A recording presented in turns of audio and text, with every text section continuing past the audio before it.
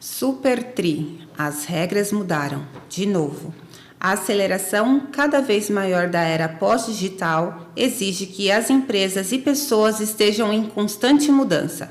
Walter Longo mostra o caminho, por Marcelo Lapolla. Conta uma antiga fábula zen budista que um aprendiz, cansado de sua busca, perguntou ao monge: Mestre, como faço para me libertar? E o monge lhe respondeu com outra pergunta cortante: O que o prende? Mudar, acompanhar a aceleração vertiginosa do mundo dos negócios, que nas muitas e muitas ocasiões se mistura com a vida pessoal, exige de nós reinvenção. É sempre bom nos perguntarmos o que nos prende a determinadas situações, a determinados empregos, e quase sempre a resposta a essas inquietações brota de dentro de nós mesmos e reflete-se em atitudes como a coragem para arriscar um novo empreendimento, romper com antigos hábitos, entre outras. E na era pós-digital que vivemos, segundo Walter Longo, a mudança é um único estado permanente. Se antes tínhamos que mudar para avançar, agora temos que mudar para não recuar. Cabe aos líderes promover ambiente de mudança constante. Conhecido do grande público por suas inesquecíveis participações nos programas O Aprendiz, ao lado de Roberto Justus, Longo já ocupou cargos de diretor regional para a América Latina do Grupo Young e Rubicon e presidente do Brasil da Grey Adversity, Underon e Older Wild, TVA, MTV do Grupo Newcom Bates. Foi também sócio fundador da primeira agência de Branded Content da América Latina, a Synapses Marketing e Mídia. Atualmente é membro de vários conselhos, sócio de múltiplas empresas digitais, palestrante reconhecido internacionalmente, articulista e autor de vários livros. Para ele, as empresas têm de desenvolver o que chama de alma digital. É a capacidade de rever nossos paradigmas de gestão, aproveitando os superpoderes que a tecnologia proporciona. E ele diz, em seu livro mais recente, Marketing e Comunicação na Era Digital, da editora Alta Books, Longo pontua de cara que uma nova era da sociedade de consumo está em curso, transformando novamente as relações entre marcas e pessoas, empresas e comunidades, gestores e colaboradores. Mas o que de fato é a tal era pós-digital? Ela veio para questionar as velhas certezas e colocar sistemas inteiros de pensamento corporativo do avesso. Mais do que aprender coisas novas, precisamos esquecer tudo o que sabemos, pontua. A presença da tecnologia digital hoje é tão ampla e onipresente que, na maior parte do tempo, nem notamos que ela está lá. Só percebemos a sua existência quando falta. Já superamos o mundo analógico. É difícil imaginar boa parte do que fazemos hoje sem a presença da tecnologia digital. E o limite entre o mundo digital e o real é cada vez mais tênue. É como uma dobra no tempo, em que não adianta olhar para o que fizemos, nem tentar adivinhar o que faremos. Em momentos Tesseract, o que existe já não vale mais, mas o que passa a existir também não substitui o anterior em todas as dimensões. É como se primeiro precisássemos destruir para depois construir.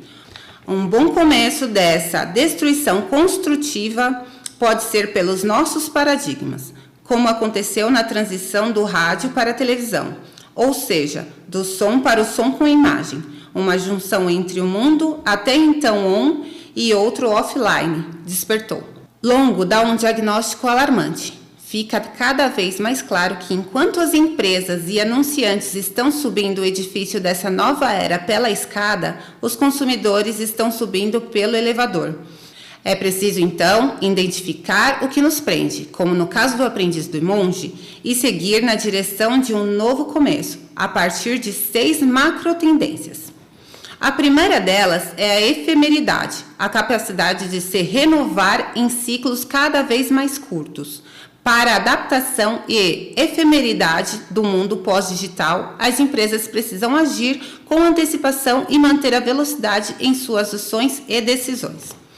A segunda é a mutualidade. Essa diz respeito à habilidade cada vez maior das máquinas se comunicarem entre si, uma tendência fortalecida pela internet das coisas. Esse movimento deve inspirar capacidade e criatividade humana e valorizar o ROI, Return of Learning, sob o ROI, Return of Investment.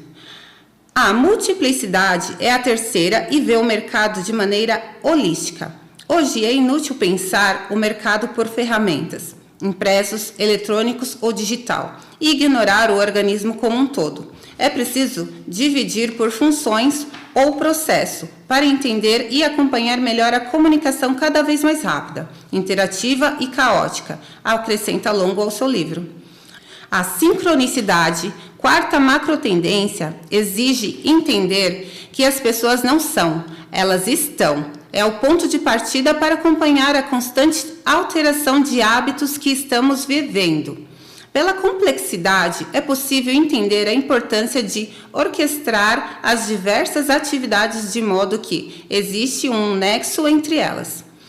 É conectar ações para que possam formar um todo. Por fim, de igual importância está a atencionalidade. A união de tensão e restibilidade compõe uma equação que resulta em uma personalidade marcante, que vai se destacar em meio a uma multidão.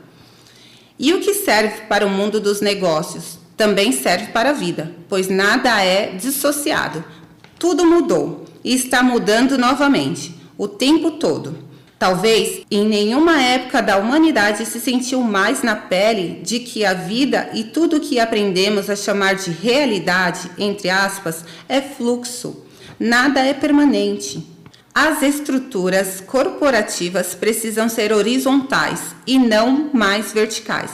É necessário investir em Big Data, Analytics, transformar os gastos fixos em variáveis, entre muitas outras mudanças, completa. As novas gerações são exemplo do que já está aí e do que virá pela frente, e por todos os lados.